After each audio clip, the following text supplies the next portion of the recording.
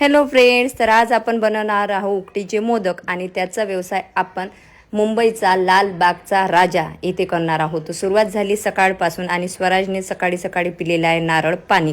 तर इथं काय सुरू आहे, तर आम्हाला उकडीचे मोदक करायचे होते। त्याच्यासाठी आम्हाला नारळ फोडून त्यातलं पाणी काढून जे चांगलं नारळ आहे ते वेगळं करायचं होतं। आणि हे करत असताना तुम्हाला माहिती आहे नफा आणि नुकसान दोन्ही पण होत असते। तर जे खराब नारळी निघत होते आम्ही ते वेगळे ठेवणार होतो आणि चांगल्या नारळीचा आम्ही उपयोग करणार होतो।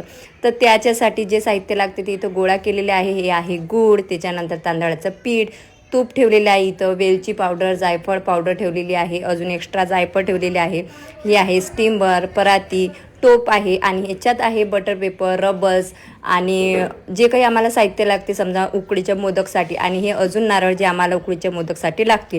तर हे खराब नारळ मी अशा पद्धतीने वेगळे ठेवलेले आहेत।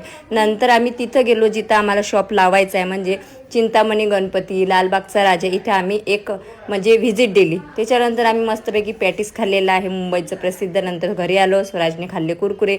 इथं तात्यांनी मस्तपैकी नारळ सोलून ठेवलेलं होतं बघू शकता। आणि नंतर आम्ही त्याचं काप करायला सुरुवात केलेली आहे अशा पद्धतीने। आणि काप केल्यानंतर आम्ही ते मिक्सरमधून बारीक करून घेतलेलं आहे। प्रत्येकजण एका एका कामात व्यस्त होतं, कारण हे करणं सोपी नाही, याच्यासाठी भरपूर असा मॅन पॉवर लागतो।